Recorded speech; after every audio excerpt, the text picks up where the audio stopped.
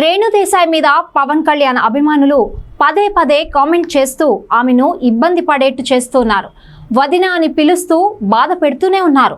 తనని వదిన అని పిలుస్తుంటే ఎలాంటి అభ్యంతరం లేదని, కానీ పవన్ కళ్యాణ్ని అన్న అని పిలుస్తూ తనని వదిన అని పిలిస్తేనే ఇబ్బందిగా ఉందంటూ ఆయన తన మాజీ భర్త అని గుర్తు చేస్తూనే ఉంటుంది. కానీ పవన్ కళ్యాణ్ అభిమానులు మాత్రం వినిపించుకోరు. ఆమె వేసే పోస్టుల మీద తమకు నచ్చినట్టుగా ఆమెను బాధ పెట్టేలా కామెంట్ చేస్తూనే ఉంటారు. ఈ వేసవి సెలవుల్లో మీ పిల్లలకు ఇంటర్నేషనల్ స్టాండర్డ్ ఇంగ్లీష్ నేర్పించాలి అనుకుంటున్నారా? ఈ నెల 25 నుండి మే 26 వరకు మన బాన్సువాడ పట్టణంలో ప్రోమైన్స్ వారి ఆధ్వర్యంలో 6 నుండి 14 వయసు పిల్లలకు కేంబ్రిడ్జ్ వారి యంగ్ లర్నర్స్ ఇంగ్లీష్ తరగతులు నిర్వహిస్తున్నారు. మరిన్ని వివరాలకు 9100323112 నెంబర్ పై సంప్రదించండి. ఈ మధ్య ఆమె పెట్స్ కోసం విరాళం అడిగిన విషయం ఎక్కువగా వైరల్ అయింది. ఓ పెట్ కి వైద్య ఖర్చుల నిమిత్తం 3500 విరాళం అడిగింది. దీంతో అందరూ ఆశ్చర్యపోయారు. ఈ అమౌంట్ రేణు దేశాయ్కి ఎక్కువ, ఆమె అడ్జస్ట్ చేసుకోలేదా, అసలు ఇది ఆమె అకౌంటేనా, హ్యాక్ అయిందా అని అంతా షాక్ అయ్యారు.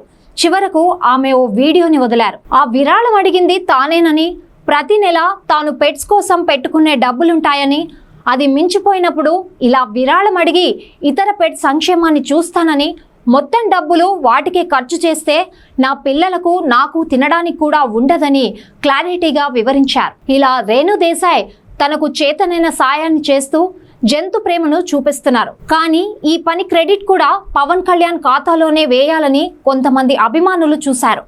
ఎంతైనా పవన్ కళ్యాణ్ భార్య కదా, పవన్ కళ్యాణ్ లానే గోల్డెన్ హార్ట్ అంటూ కామెంట్లు చేశారు. ఇలాంటి కామెంట్లపై రేణు దేశాయ్ ఆగ్రహం వ్యక్తం చేశారు. ఆయనకు పెట్స్ మీద నాకున్నంత ప్రేమ లేదంటూ రేణు దేశాయ్ కామెంట్ చేశారు. ఇలాంటి కామెంట్ విన్న తర్వాత పవన్ కళ్యాణ్ ఫ్యాన్స్ ఎలా రియాక్ట్ అవుతారో అందరికీ తెలిసిందే. ఆయనకు జంతువుల మీద ప్రేమ లేదా అని రేణు దేశాయ్నే తిరిగి ప్రశ్నించారు.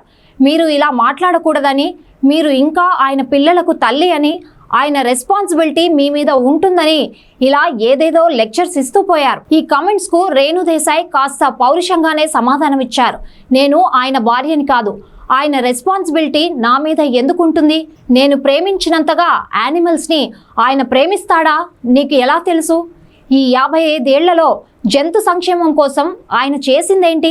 కనీసం ఆయన ఇంట్లో పిల్లులు, కుక్కలు వంటివి కూడా కనిపించవు. అందుకే దయచేసి మీ లెక్చర్స్ నాకు ఇవ్వడం ఆపేయండి. ఇన్నేళ్లుగా నన్ను తిడుతూనే ఉన్నారు, ఇక ఆపేయండి.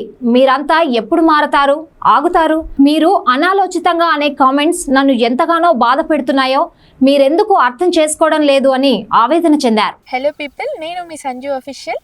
సో మనం వచ్చేసి ఎస్ఆర్ న్యూస్ని సబ్స్క్రైబ్ చేసుకుందాం, లైక్ చేసుకుందాం, మరికొన్ని అప్డేట్స్ కోసం వెయిట్ చేస్తూ ఉందాం.